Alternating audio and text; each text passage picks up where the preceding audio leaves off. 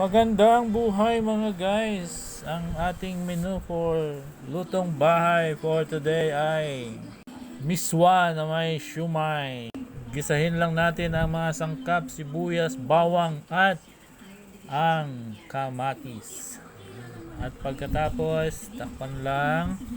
Isunod na natin ang siomai. Yan, gisahin lang ng saglit. Lagyan ng asin at saka paminta. Lagyan ng tubig at budburan ng secret ingredients. Takpan lang at pagkulo, ilagay na natin ang miswa. Ihalo-halo lang natin para hindi magbuo at takpan ulit. At pagkulo, ilagay na natin ang patola. At pagkumulo at takpan lang. At pagkulo, ito na ang ating miswa with